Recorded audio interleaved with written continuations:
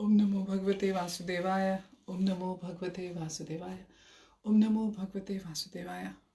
Welcome to today's reading from Brilliant as the Sun, a retelling of Srimad Bhagavatam Canto 3, Part 2, Two Avatars. We're going to start Chapter 19, The Demon Slain. Hiranyaksha meets its end at Lord's hands. Sutta describes the benefits of hearing about Krishna and his devotees, specifically the pastimes of Varaha slaying Hiranyaksha. A full moon cast long shadows across the grassy knoll where Maitreya sat with Vidur. The air had become cool. Vidur huddled closer to the fire. How did Lord Varaha receive Brahma's request? Verses 1 and 2.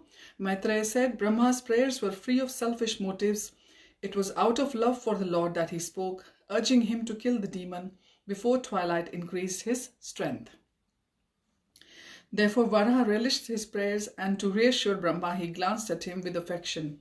However, the Lord desired to enjoy the fight for a little longer. He decided to wait until nightfall to kill Hiranyaksha. Thus the terrible fight continued with full force. Vidur leaned forward, keen to hear. Verses 3 and 4. Varaha's mace whooshed through the air. Hiranyaksha dexterously parried it, striking it with his own. With a sound like the crash of thunder, the Lord's weapon flew from his hand. Blazing brightly as it whirled downwards, Hiranyaksha did not exploit his advantage by striking his unarmed foe. Respecting the law of single combat, he waited for Varaha to recover his weapon. Varaha's eyes reddened with fury. He became still more keen to fight. Verses 5 and 6. The witnessing gods and sages let out a wail of anguish.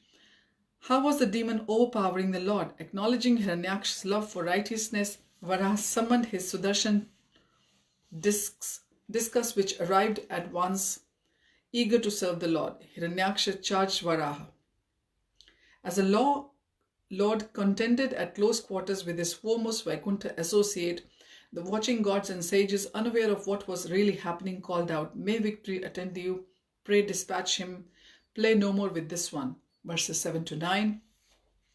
Seeing Varaha standing before him, discus in hand, the demon hissed like a serpent.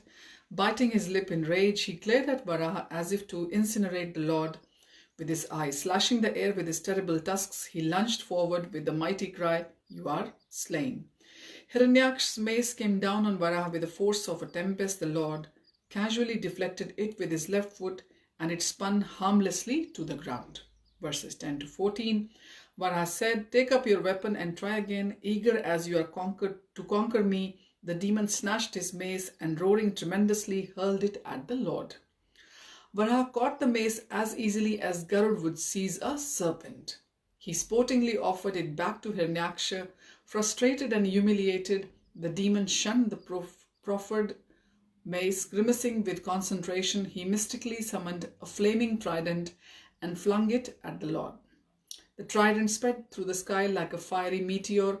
Varaha let fly his Sudarshan, smashing it to pieces in midair, and the blazing fragments dropped from the sky.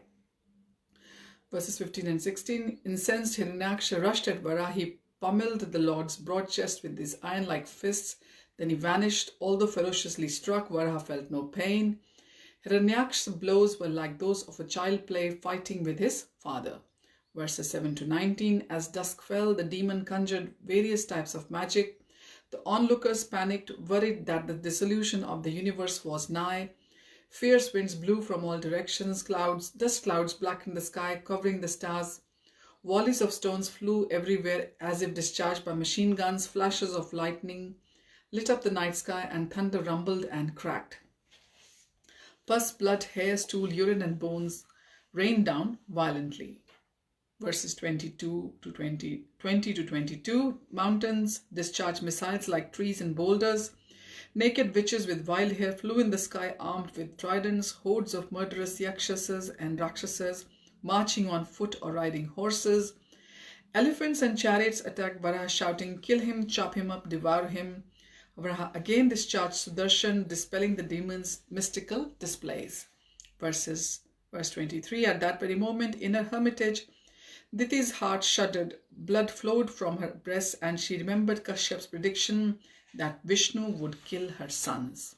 Verses 24 to 26.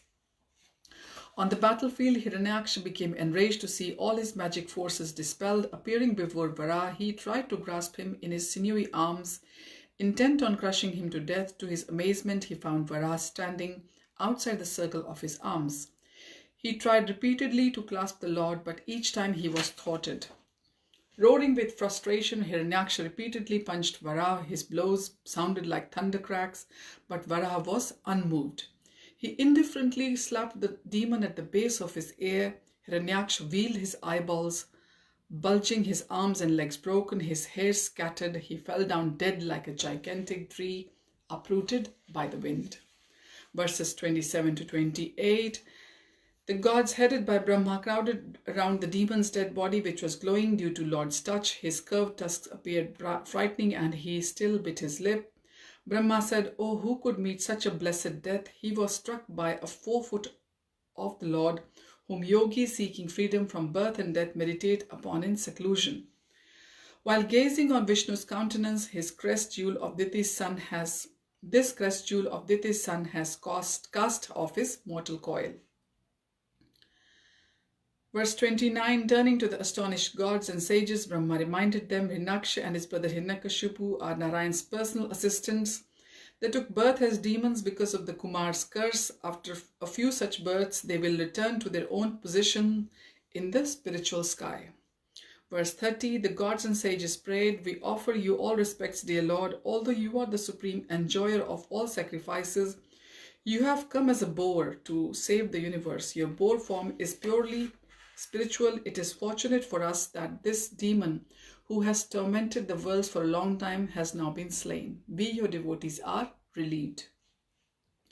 Moon rays glistened on the lake water as it gently lapped against its banks. Three silhouettes crowded the night sky, partially covering the canopy of stars. The fire crackled. Verses 31 and 32.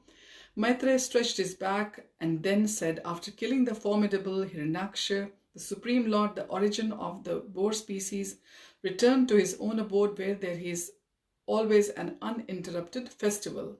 The gods, headed by Brahma, continually sang his praise. O Vidur, I have narrated this history exactly. I heard it from my own spiritual master. As the sun set, a gentle breeze carried the sweet aroma of champak flowers into the clearing at Naimisharanya, where Sutta addressed the sages. The chatter of birds returning to their nests filled the air. Verse 33, Sutta turned to Shaunak, "My dear Brahmin, since Vidur is a great devotee and Maitreya is an authorized speaker in the line of great teachers, Vidur experienced transcendental bliss by hearing this story." Shaunak sighed. He too felt wonderfully uplifted. Is such bliss always experienced when devotees hear the Lord's pastime from an authoritative source?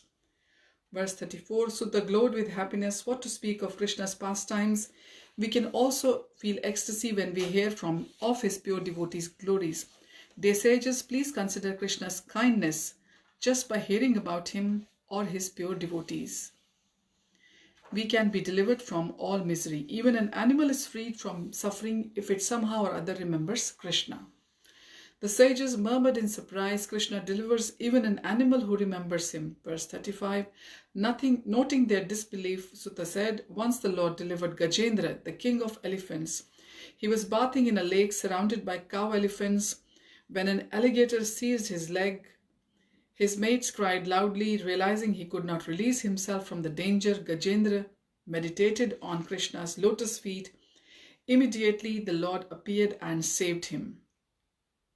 The sages looked at each other in wide-eyed amazement. Verse 36, Sutta tearfully said, what grateful soul would not render loving service to such a great master as Lord Krishna? My dear friends, he is easily pleased by anyone who serves him with a simple and grateful heart. However, he does not listen to the prayers of the unrighteous. Shaunak looked perplexed. If someone prays to Krishna for help, how can he be considered unrighteous? Sutta explained that such people never appreciate the benefits they derive by Krishna's grace. They enjoy natural resources like sunshine, food, water given by Krishna, yet they are not grateful. Rather, they ask for more. When all their material desires are not answered, they doubt the Lord and stop worshipping Him. Such people are no better than thieves. A hush descended on the assembly. Many remembered instances when they had dissatisfied with their circumstances. At such times, they had sometimes doubted Krishna's munificence, their faces contorted in anxiety. Surely they too were guilty of such ingratitude. The last verse of this chapter, verse 37.